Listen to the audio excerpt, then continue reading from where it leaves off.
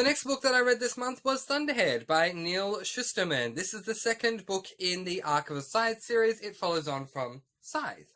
I thought this book was really good. This is a YA sci-fi. There's not really a lot I can say about this book without giving my spoilers for that one. So I'm just going to say that I enjoyed this book, and the ending, man, can Neil Shusterman write an ending. His ending was so amazing. I never would have guessed that it was going to end that way, and I really want to read book 3. A lot of people have asked me if I'm going to read The Toll. I am, which is book 3 in the Arc of the Scythe series. I am going to read it, but I'm going to wait a bit before I do, because I'm just going to wait a little bit, but I am going to read it. I enjoyed this. Does it fit the brief? Yes, entertainment level was very good. I end up giving this book 4 stars. Funny story, you guys. Thunderhead by Neil Shusterman, or Shusterman, depending on how you pronounce it. I say Shusterman. Is actually a book that I rescued. Oh my gosh. So I put this into a bag to unhaul, and if you saw my last book unhaul video, you would have seen it there. I was umming and ahhing whether or not to get rid of book 2 in both the Hunger Games and the Arc of a Scythe series, and I decided to do so and just keep book 1.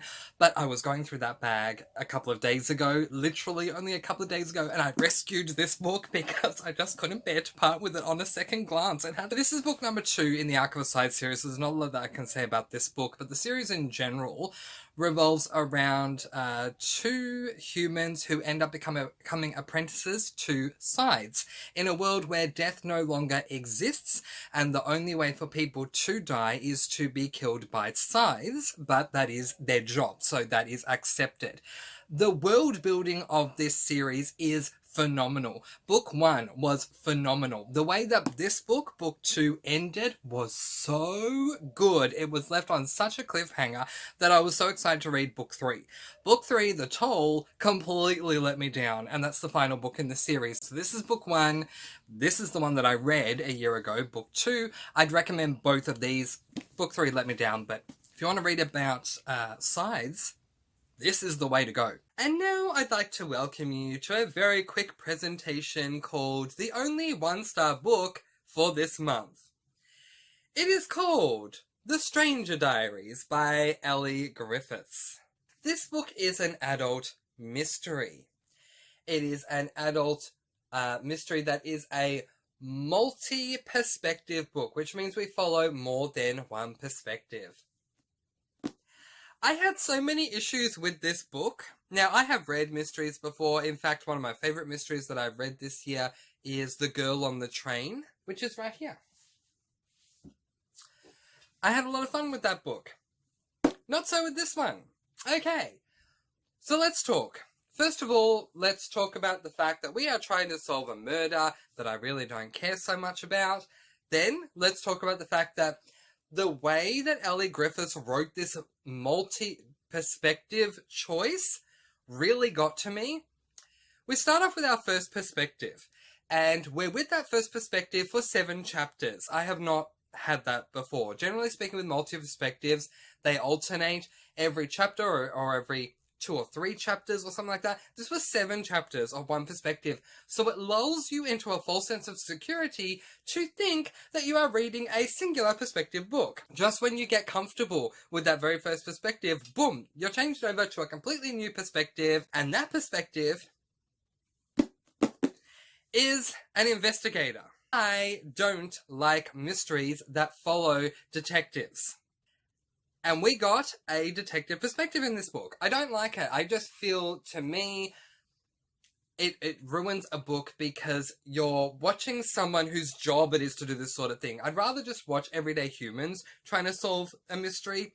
Then, after 7 chapters of this detective, and finally getting used to this detective, boom, we're given another perspective. Yeah, funny story. Recently, I was in a bookish Facebook group, and there was someone that was asking everyone, what is the worst book you've ever read? And of course, I wrote this book, The Stranger Diaries by Ellie Griffiths. This book Oh man, I have not read a one-star book this year, which is saying a lot, you guys, because we're over the halfway hump, and I haven't read a one-star book, so that's awesome.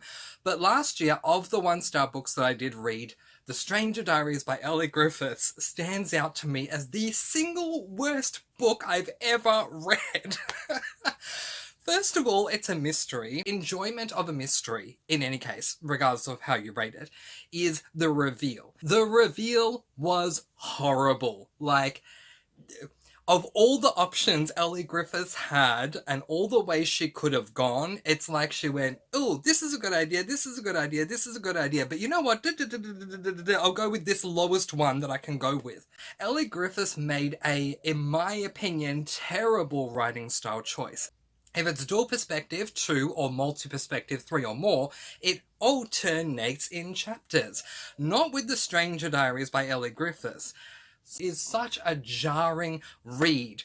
If there's ever a book that I definitely don't recommend, I'm sorry to say, but you want honesty, so here it is. It's The Stranger Diaries by Ellie Griffiths. So that book got unhauled the moment I could unhaul it. So, not surprisingly, 1 star for The Stranger Diaries by Ellie Griffiths. Just horrible. Just horrible. The next book that I read this month could not have gone any better for me. It was History Is All You Left Me by Adam Silvera. I've done a review of this book and I'll leave it up there. This is a YA dual perspective LGBTIQ plus contemporary. With this dual perspective, we are following a timeline of then and now. This book is absolutely amazing. There's so many things I want to say, but I don't have a lot of time to do so I'm going to try and do it really, really quickly. So, this book follows the perspective of Griffin. Griffin has 2 best friends. One of them's named Theo, the other is named Wade. Griffin ends up dating Theo for a long time. They are very madly in love. And then one day Theo is forced to move interstate. And so Griffin does the whole, if you love them enough to set them free and let them go. So he does. He gives Theo permission to date while he's interstate. While Theo is interstate, he meets a guy named Jackson. They end up dating and then Theo dies. This is not a spoiler because it's all revealed in chapter 1. We then go through then moments leading up to Theo's death, and now moments that have occurred past Theo's death. This is such an amazing book. Adam Silvera not only writes LGBTIQ plus really, really well, he also writes grief and loss in a very raw and real way. And our main character, Griffin, just so happens to have OCD. Adam Silvera also writes that in a very raw and a very real way. This book is 100% amazing. Does it stick to the brief? Yes. Adam Silvera set out to achieve something and he absolutely eclipsed what he set out to achieve. It was so good. And entertainment level? 5 stars. 5 stars, 5 stars, 5 stars. Yes, let's move away from the bitterness of The Stranger Diaries by Ellie Griffiths over to a book that I loved, History Is All You Left Me by Adam Silvera. I loved this book. Considering how much Infinity Sun let me down earlier on in the month by Adam Silvera, I was so happy that his LGBTIQ plus first book for me that I'd read was such a success, and I highly, highly, highly recommend this book.